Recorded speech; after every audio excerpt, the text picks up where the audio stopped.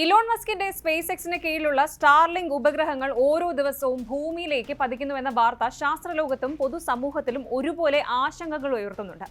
ആശങ്ക എന്ന് നിസ്സാരമായി പറഞ്ഞാൽ പോരാ, ഭീതി തന്നെയാണത്. ബഹിരാകാശ ഇന്റർനെറ്റ് വിപ്ലവത്തിന് തിരികൊളുത്തിയ മസ്കിന്റെ ഈ സംരംഭം ഇന്ന് ഭൂമിയെ ചുറ്റുന്ന ഭൂരിഭാഗം ഉപഗ്രഹങ്ങളെയും നിയന്ത്രിക്കുന്നുണ്ട്.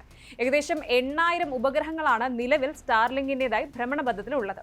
ഓരോ വർഷവും ആയിരക്കണക്കിന് പുതിയ ഉപഗ്രഹങ്ങൾ വിക്ഷേപിക്കാൻ മസ്ക് ലക്ഷ്യമിടുന്ന സാഹചര്യത്തിൽ ഈ സ്പേസ് ട്രാഫിക് ഉയർത്തുന്ന വെല്ലുവിളികൾ ഗൗരവമായി തന്നെ ചർച്ച ചെയ്യപ്പെടേണ്ടതുണ്ട്. മുകളിലേക്ക് പോകുന്നതെല്ലാം താഴേക്ക് വരുമെന്ന് പറയാറില്ലേ?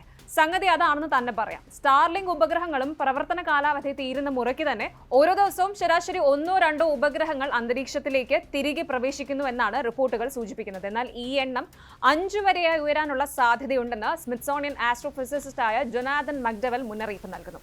ഈ പ്രതിഭാസം നമ്മൾ ഭയപ്പെടേണ്ട ഒന്നാണോ? എന്തുകൊണ്ടാണ് ഈ വിഷയം പ്രാധാന്യം അർഹിക്കുന്നത്? പരിശോധിക്കാം. ലോ എർത്ത് ഓർബിറ്റിൽ 5 വർഷം മാത്രം പ്രവർത്തന കാലാവധിയുള്ളവയാണ് മിക്ക സ്റ്റാർലിങ്ക് ഉപഗ്രഹങ്ങളും. ടെക്നിക്കലി ഇവ ഭ്രമണപഥത്തിൽ നിന്ന് മാറി അന്തരീക്ഷത്തിലേക്ക് പ്രവേശിച്ച് കത്തിയെരിഞ്ഞ് ഇല്ലാതാവാനാണ് രൂപകൽപ്പന ചെയ്തിരിക്കുന്നത്.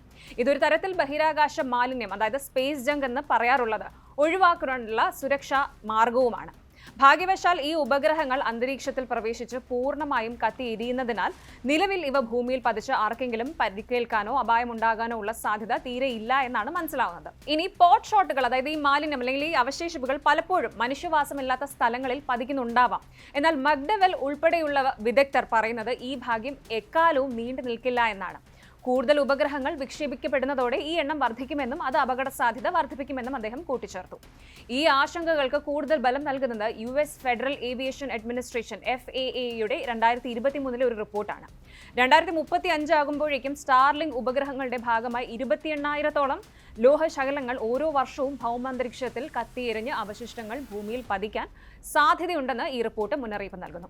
നിലവിൽ ഒരു വ്യക്തിക്ക് ഈ ബഹിരാകാശ മാലിന്യം പതിച്ച് അപകടമുണ്ടാവാനുള്ള സാധ്യത ചെറുതാണെങ്കിലും ഇത് 61% വരെയായി വർദ്ധിക്കാനിടയുള്ള സാഹചര്യം ഉണ്ടാക്കാം എന്നാണ് FAA റിപ്പോർട്ട് സൂചിപ്പിക്കുന്നത്. ഒരു കണക്കനുസരിച്ച് 10 വർഷത്തിനുള്ളിൽ 6 പേർക്ക് വരെ ബഹിരാകാശ മാലിന്യം പതിച്ച് മരണം സംഭവിക്കാനുള്ള സാധ്യതയുണ്ടെന്ന് ഗവേഷകർ ചൂണ്ടിക്കാട്ടുന്നുണ്ട്.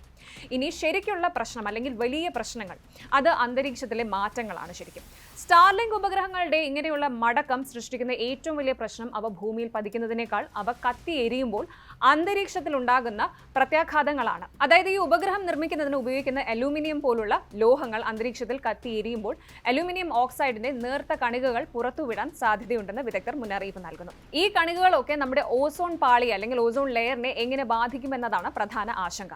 അലൂമിനിയം ഓക്സൈഡ് കണികകൾ അന്തരീക്ഷത്തിലെ ഈ സുപ്രധാന ഭാഗവുമായി പ്രതിപ്രവർത്തിക്കുന്നത് നമ്മൾ ഇതുവരെ സങ്കല്പിക്കാത്ത വിധത്തിൽ ഓസോൺ പാളിക്ക് നാശനഷ്ടം ഉണ്ടാക്കാമെന്നാണ് പറയപ്പെടുന്നത്.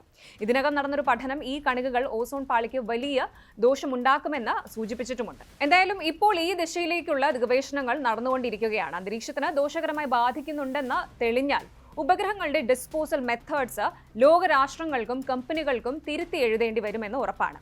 ഇനി ബഹിരാകാശത്തിന്റെ പേടി സ്വപ്നം, കെസ്ലർ സിൻഡ്രോം. ഉപഗ്രഹങ്ങളുടെ തിരക്ക് വർദ്ധിക്കുമ്പോൾ ഉണ്ടാകാൻ സാധ്യതയുള്ള മറ്റൊരു വലിയ ഭീഷണിയാണ് കെസ്ലർ സിൻഡ്രോം എന്ന് പറയുന്നത്. നാസ ശാസ്ത്രജ്ഞനായ ഡൊണാൾഡ് കെസ്ലറാണ് ഈ ഒരു ആശയം മുന്നോട്ട് വെച്ചത്.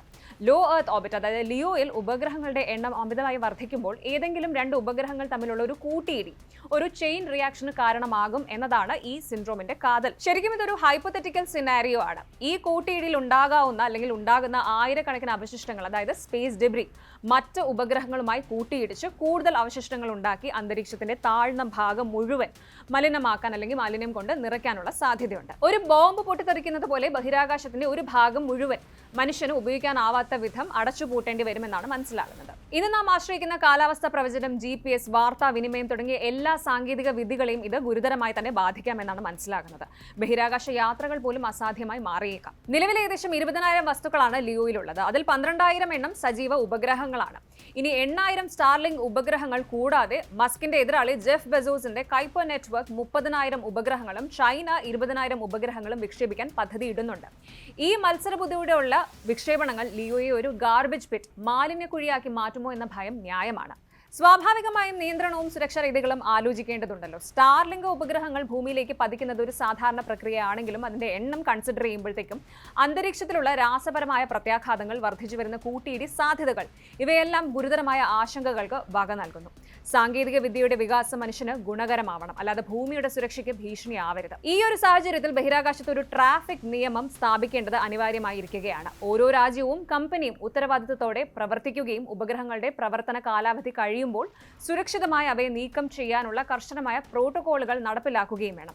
മസ്കിന്റെയും മറ്റ് ബഹിരാകാശ സംരംഭകരുടെയും ലക്ഷ്യങ്ങൾ വലുതാകാം, പക്ഷേ നമ്മുടെ ഗ്രഹത്തിന്റെ സുരക്ഷയും അതിന്റെ അന്തരീക്ഷത്തിന്റെ ആരോഗ്യത്തെയും ഒക്കെ ബലി കഴിച്ചുകൊണ്ട് ഒരു പുരോഗതിയും നമുക്ക് ആവശ്യമില്ല.